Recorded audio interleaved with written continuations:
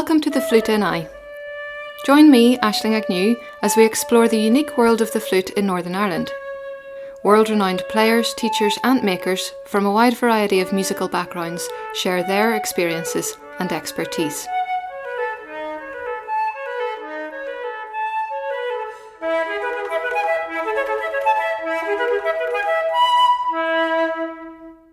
This episode features the renowned traditional flute player Brian Finnegan.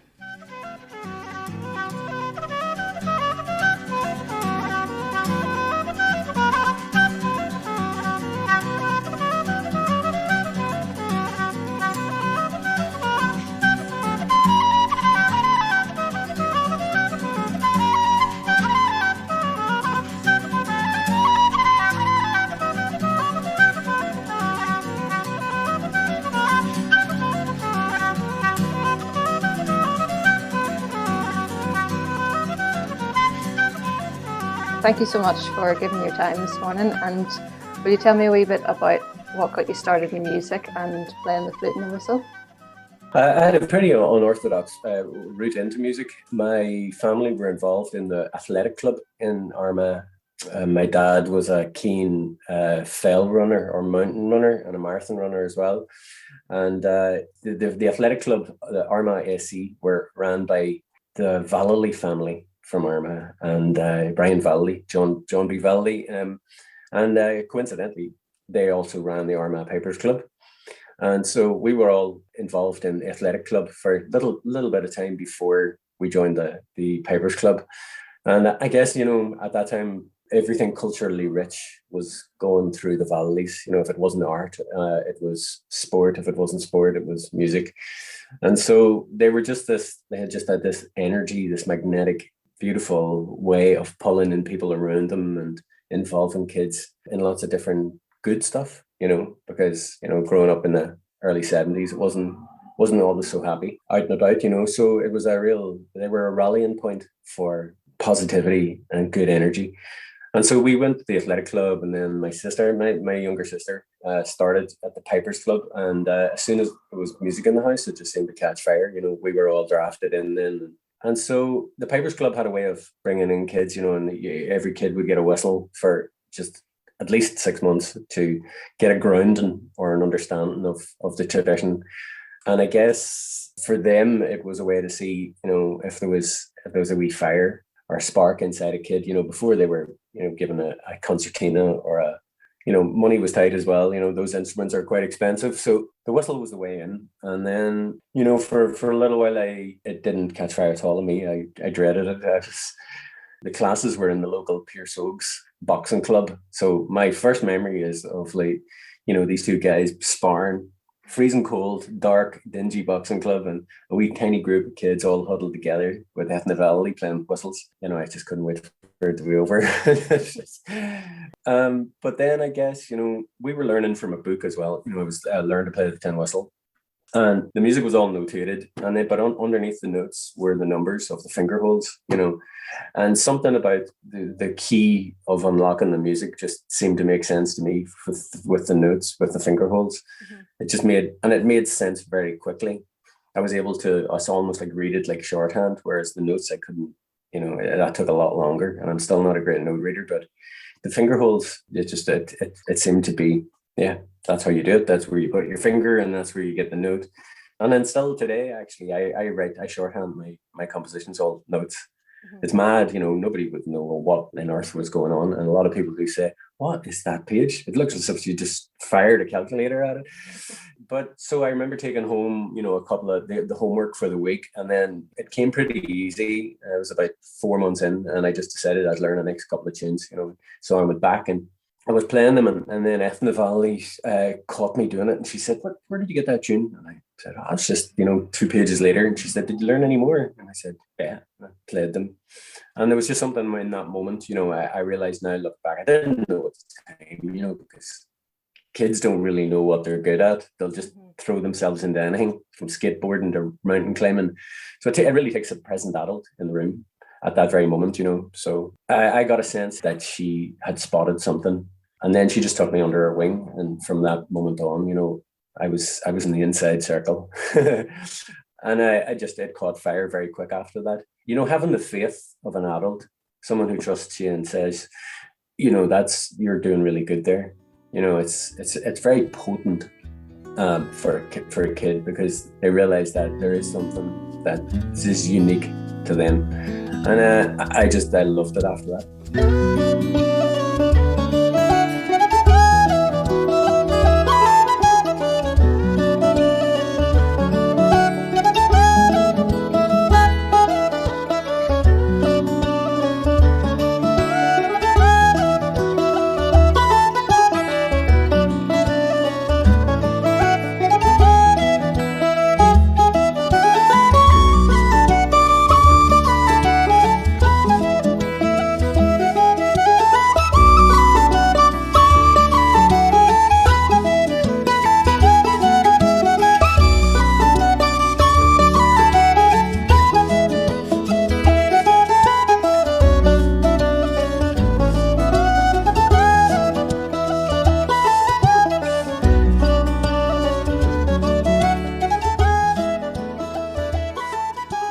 I had asthma as a kid as well, really bad asthma. I remember spending a lot of time, poorly.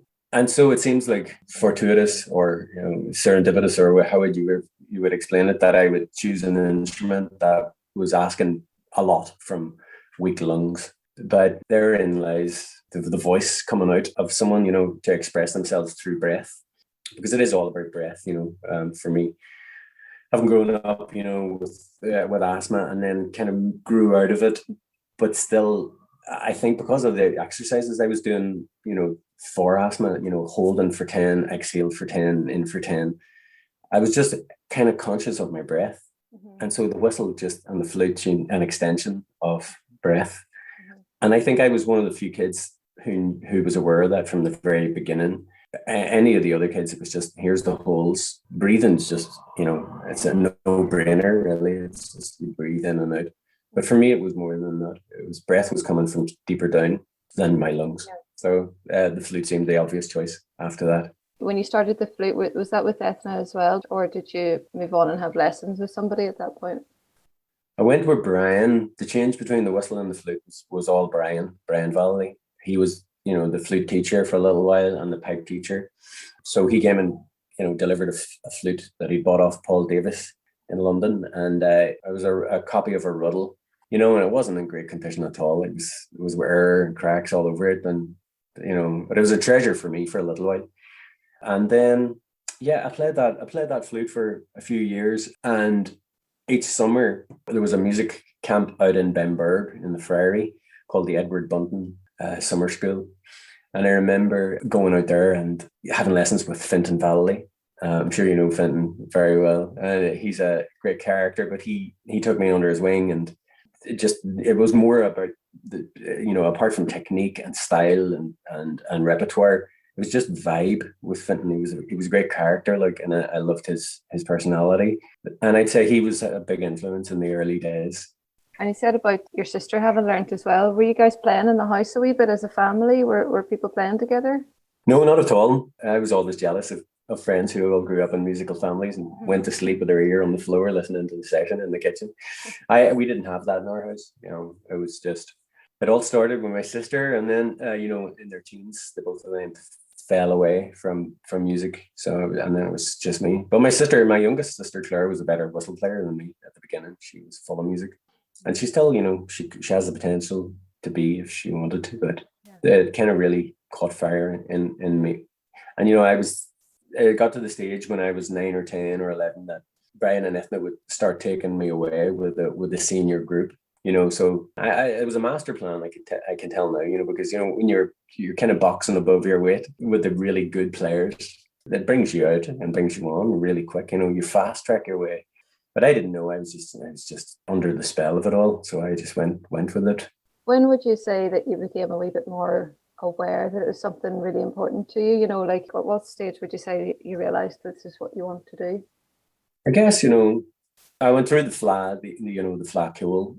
I remember I won it when I was 9 or 10, and I progressed through the county and then the Ulster, and the All-Ireland was in Buncrana. I just remember coming out of the room afterwards and people hugging me, and then being whisked away to play on RTE on the radio as a winner, and putting it all together, in the days after, thinking that's just mental. I can't believe that playing the flute would bring that reaction, from people, and seeing people happy, I guess, and smiling and thinking, I love doing that. And if it brings people happiness and joy and acknowledgement, maybe that's a good thing for me, because I was shy and awkward as a kid, and wasn't very confident. And it wasn't long before music kind of became my mother language. I just thought I was most at ease in that shape when I was playing music, and I always seemed to stand out. And when I wasn't, it's like a bit apart from everything else. Maybe that was something to do with being sick, having asthma and feeling like I wasn't like the other kids. I couldn't play football and couldn't, So music became that wee unique haven where I could just fit. And then again, we, at the time, the senior group from the Pipers Club were starting to travel to events with Cardinal O'Fee. And Cardinal O'Fee was from Crossmaglen. He was a huge lover of Irish music. And so there was a couple of big trips away with him. And I remember going to Germany early on as well. I must have been, 11 or 12, and playing at this big religious festival on a huge stage, and looking out at the crowd, and that again, thinking this is amazing to get to see the world and play music and see people smiling. And it was all just an evolution, but I think the genesis of it all started, at the Fla in 1979.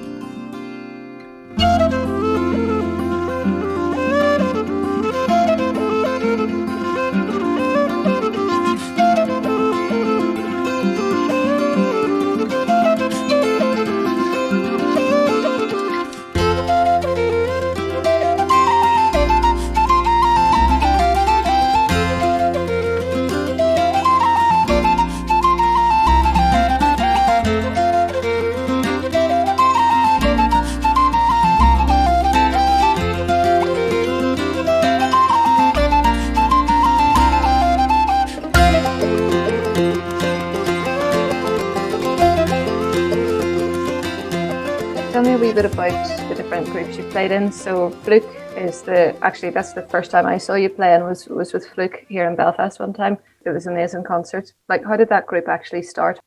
Well, I'd known Mike for a long time because we'd played in the Fla. He was younger than me, so I never competed against him, but I knew who he was, and I played in sessions with him and the Boron player, John Joe Kelly. And then I knew Sarah independently. One of my early formations was with a band upstairs in a tent. And we had gone over to play at a festival in England, and we were playing outside Leicester.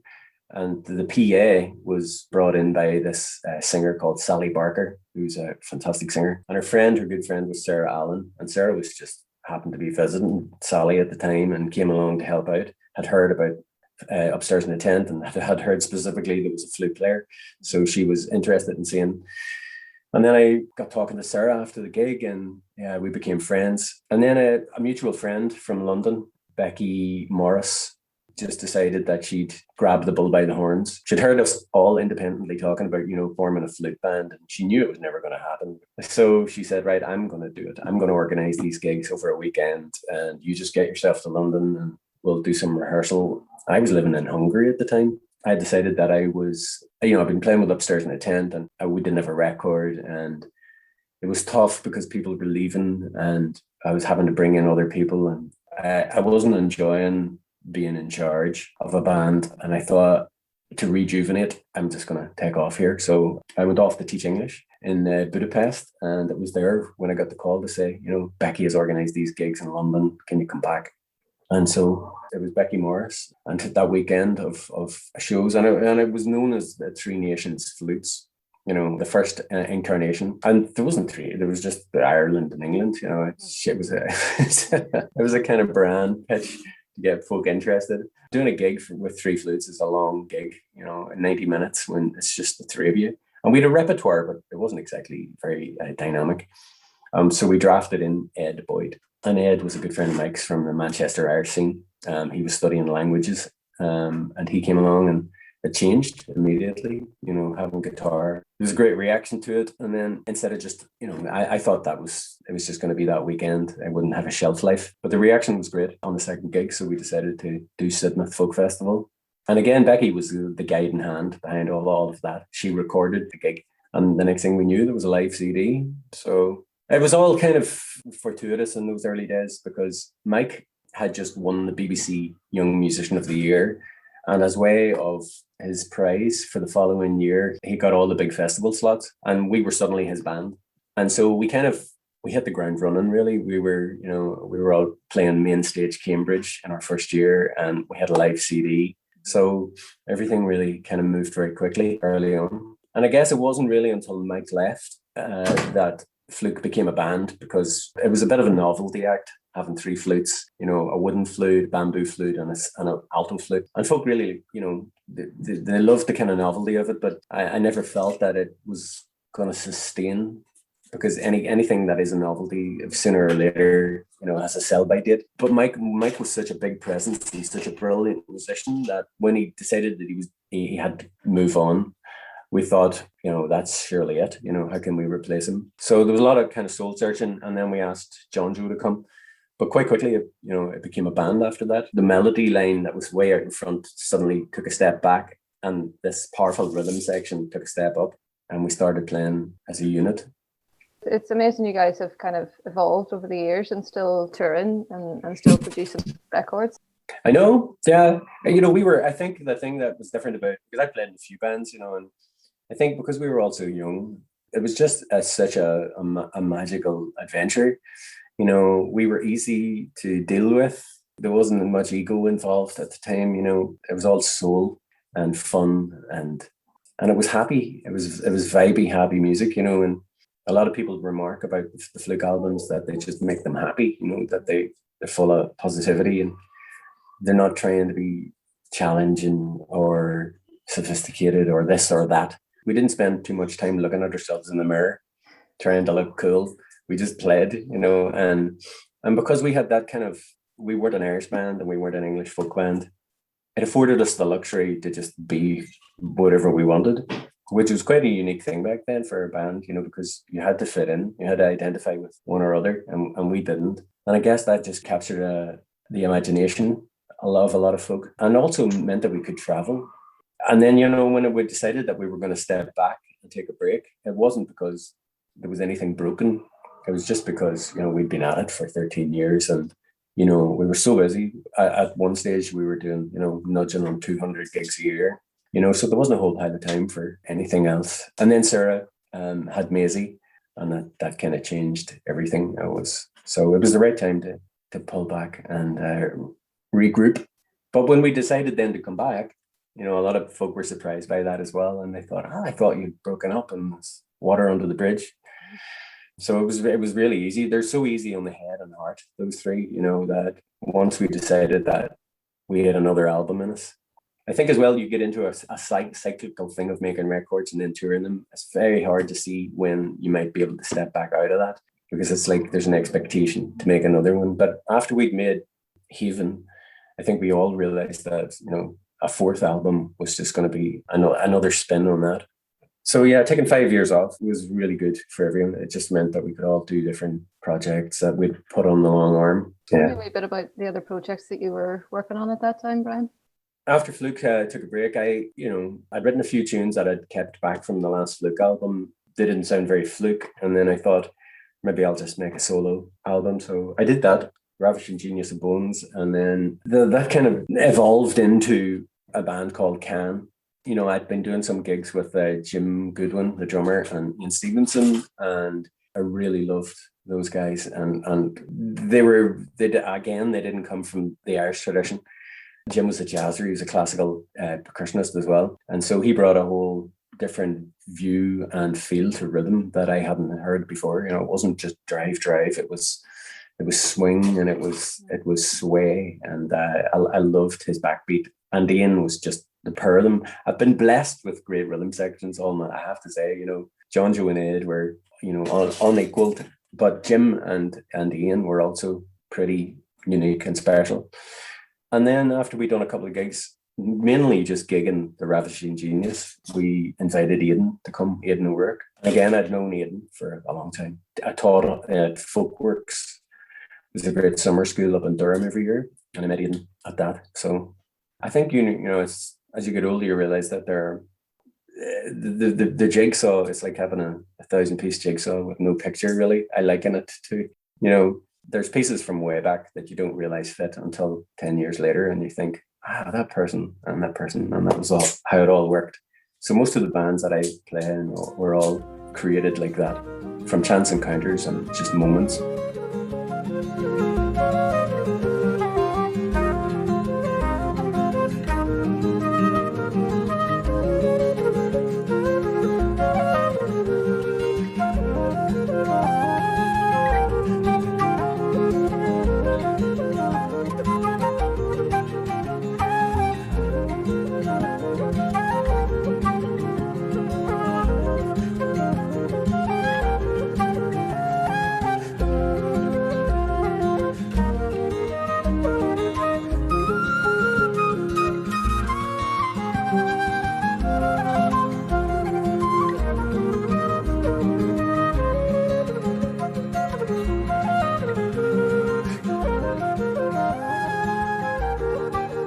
Tell me a wee bit about your touring life, because obviously you have toured extensively.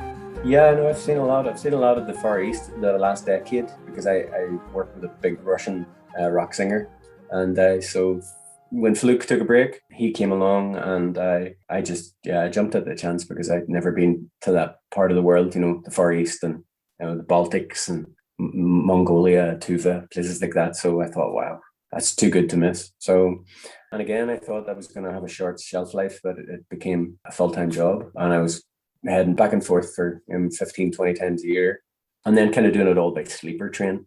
So I've saw a lot of that part of the world. And then my wife, Eva, is from Mexico. So I spent a bit of time out there and toured. In fact, I met her. Fluke were playing out in Mexico City. So yeah, it's been, I'm a kind of touring musician. You know, I've spent most of my adult life on the road, and it's been more difficult to manage since my boys came along. But this year has been especially great to be around, and it's kind of helped me reevaluate what it means to be a touring musician and what there is to go back to now. So I kind of needed this year to step back and see that touring isn't everything. I know, totally. I read that in your Irish Times article there, you know, about that, just having that enforced break from it all is actually a really healthy thing. And then that quality you've obviously had with your kids. Are they playing music? The older one is full of music, but he's full of football too, and lots of things. So he's at that age now where he could be, you know, we'll just give him another season, I think, until all this blows over, and it's kind of hard to get kids to do anything really online. It's not a great energy exchange for teachers, but yeah, he's full of rhythm. He's a drummer, really. Cool. Another member of your rhythm section in the future. Yeah. Are there any kinds of projects or collaborations or concerts that you haven't done yet that you'd quite like to do? My history with various and disparate projects is very colorful, because I tend to just say yes to quite a lot of stuff, you know, especially mad stuff that most people would, you know, scream and run the other direction from. I'm intrigued by it because I think, you know, it's something I don't know anything about, you know, especially jazz. I do a lot of kind of cross jazz, trad folk jazz crossover thing.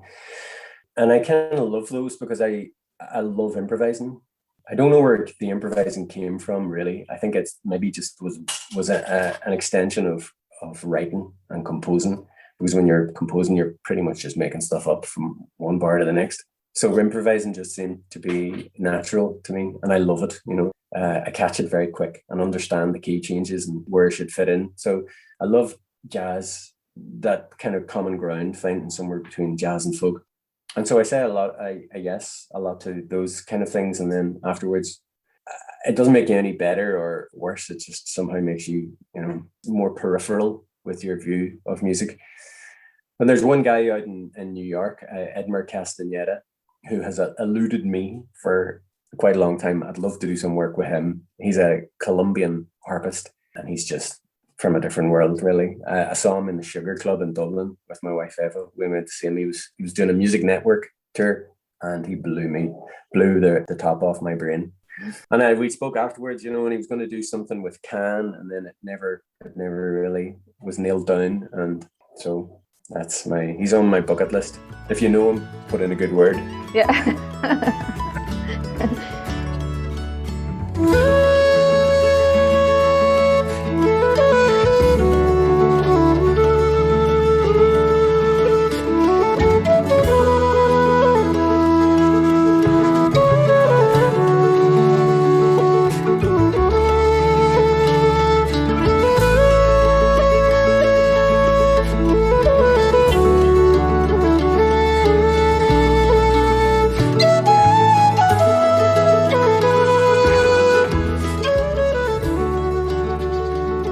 Tell me a wee bit about your solo albums. I know you mentioned the Ravishing Genius of Bones, which is beautiful, but your latest one that you've recorded during lockdown, and you'd also mentioned to me you're going to be recording a couple of tracks from that with the orchestra here as well soon.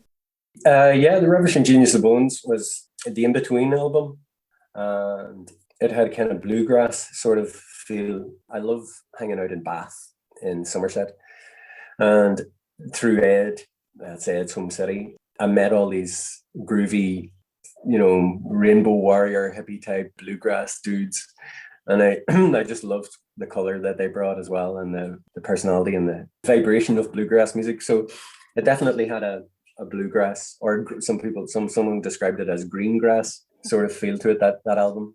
And then 11 years later, we just brought out the new one, Hunger of the Skin, and that's very different.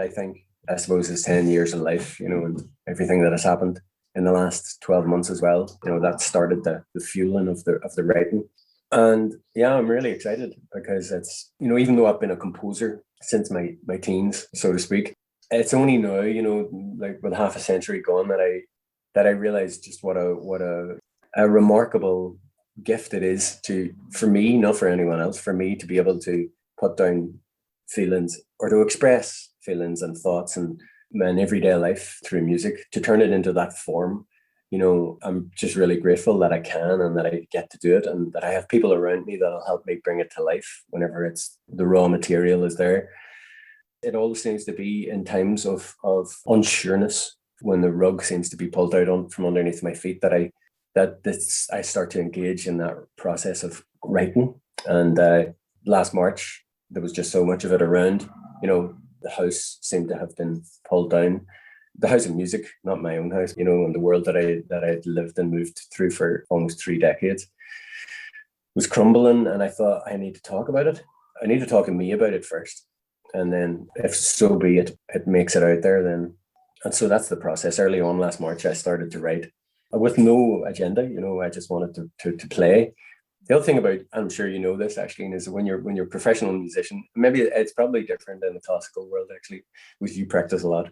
But I don't practice a lot. I play a lot, you know, and I get into the shape of playing and doing gigs. But it's pretty one-dimensional, you know. It's a nice comfort to play every night, and you can kid yourself that you're playing and your chops are quite tight and good. But mine weren't, you know. I was out of shape playing. I noticed that this year I just got to practice. You know, it was like falling back in love with playing and practicing every night. This daily ritual of practice and kind of thinking about the fundamentals again, and, you know, my breathing again.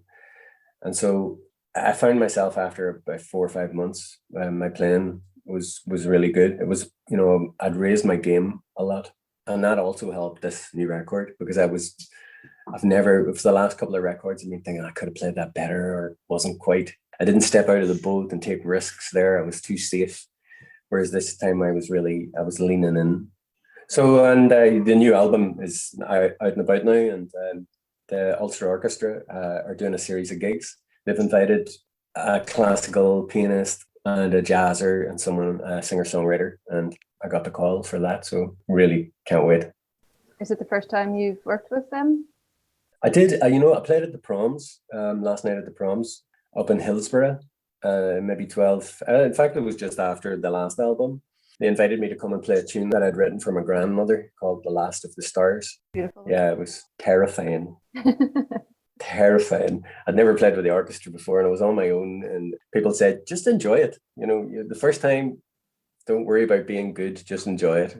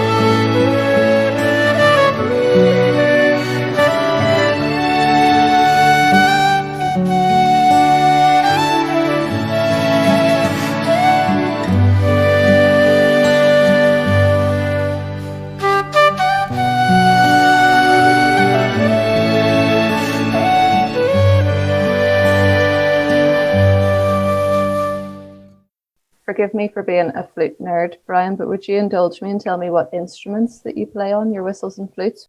The flutes I play are a Marcus Lope E flat, wooden E flat. He's a brilliant maker from outside Oviedo in Asturias. He plays in a band called Land to Cabell. He's the flute player in that band, but he's an engineer, and he's just been making these just beautiful wooden flutes for the last few years. So I play an early E flat of his, and I play Martin Doyle D. I kind of, I've never played a flute with keys. The first flute that I had keys, but they weren't working, and it seemed to be a psychological thing with me that put me off the idea of key work, which a lot of real flute players rib me about quite a lot. Ask me when I'm going to get a proper flute, but it's easy, and I got used to half holing, and I can cover a lot of bases on the flutes that I have. So I play Martin Doyle, Marcus Lope, and I play a Michael Grinter B flat, big B flat, and then I play a lot of bamboo, Patrick Allwell bamboo flutes. I guess the Patrick Allwell bamboo were the flute that kind of started me in the particular style that I have. It's quite articulated, and I was playing a flute before that. I think it was a Sam Murray flute it wasn't in great shape either, and I was a bit frustrated. And then I was down in Ennis one night at the Trad Fest, and I just by chance sat down next to Patrick Allwell. I didn't know him. He had a big bag of flutes, and he was there to hang out with Kevin Crawford, the flute player. So I hijacked him, and then he, at the end of the night, he gifted me his G flute, and yeah, it just took off from there. I couldn't believe how dynamic it was, and I could just, express myself. It was like loosening the corset. I was away, So they're the flutes that I play, and then I just play an array of Colin Goldie whistles. You mentioned the inspiration that you had for the last album of Mary Oliver. I can't help but ask you about that because I love her poetry as well. Yeah, no, absolutely. I get inspiration from just multiple places, but the poetry thing was really, it's been now a lifelong love affair with Mary Oliver for, I'd say, best part of 25 years. And, getting to know her work opened lots of other doors into other great poets. My sister's a fantastic poet, Brian Finnegan. I actually met your sister years ago, Brian. When I was a student, I had a job in a restaurant in Belfast, and she was working there because she was studying at the same time. And we got chatting because she was asking what I was doing. I was a student in London at the time, but I was home for the summer. So I said, I was doing like flute performance. She's like, oh, my brother's a flute player, and we got chatting. Wow. You know what, Aisling? I think I remember her saying that. I think I remember her telling me about you. Yeah. Just out of the past there. Totally random connection there. Well, she's super talented. She's an amazing poet, and she's a lecturer at University of Edinburgh, and she's doing her thing. But she kind of unlocks much of the sentiment that my tunes are charged with. So she was the first person that I thought could actually put words to this form that I thought was wordless. How could you describe this? Everything's just so clumsy when you try to talk about music, I find, but she's helped me reframe that, because she can absolutely talk about music in the same way that the music talks about itself. If all the years on all of earth in all of time reached out their hand and touched your brow and felt the sweat on your cheek tingle now as it does, and loved and feared, this face veered in a rush of light and sound, as we all are, as all corporeal life is too, the ending buried in you from the first blink. They couldn't touch you, trace you, ache for love of you more tenderly than I do. Mary Oliver I just love her style of being connected with the elements and nature and the invisible. And then that led me on to people like Billy Collins, who was a jazzer really, and could describe music in his words, in the rhythm of his words. I've got a Lego builder here now who's infiltrated. There's creativity all around your house. Yeah. So the poetry aspect to the new album wasn't there's quite a lot of spoken word through the tracks. But that was just my love of poetry, and I didn't set out at the start when I was writing the tunes to think, right, I'm going to make space for spoken word in this. Mm-hmm. It was a suggestion, and then it was a real strong elbow in the ribs as the tunes started to take shape. I was like, you've got to have this, and that's that person that can deliver it. Beautiful. It's been so nice to chat to you. Thank you so much for taking the time to tell me about everything. It's been really interesting and very inspiring as well. Oh, thanks a million, actually. Yeah, thanks for talking to me. Yeah, I think we condensed 30 years there into 40 minutes there.